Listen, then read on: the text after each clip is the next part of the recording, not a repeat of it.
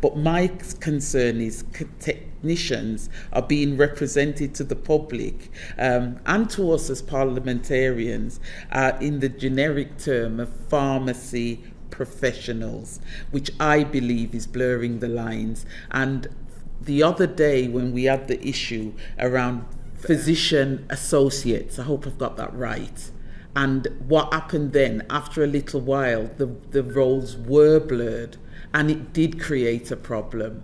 And I'm just concerned with what we're trying to do with pharmacy at the pace we're going, what we're asking of technicians. It's just too much at this point. And what are you going to do with these independent practices that have got people lining up outside to come in? They haven't got enough staff.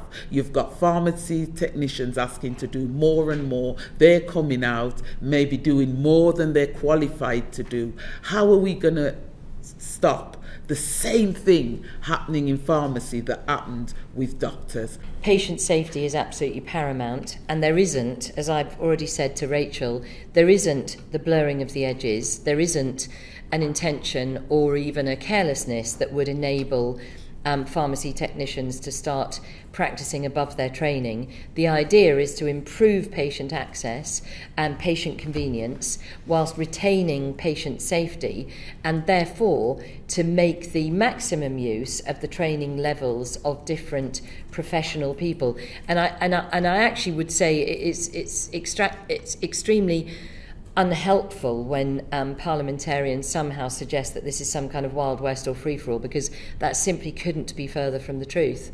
But perhaps, David, you'd like to provide some more reassurance. But also, I'm not saying it's the Wild West. Let's just get it out there. This is what is coming from pharmacists. And at the end of the day, we have recently had an issue with our doctors, with the associates. And at the moment, we are pushing down the road. Are we listening to what our pharmacists are saying? It's not the Wild West.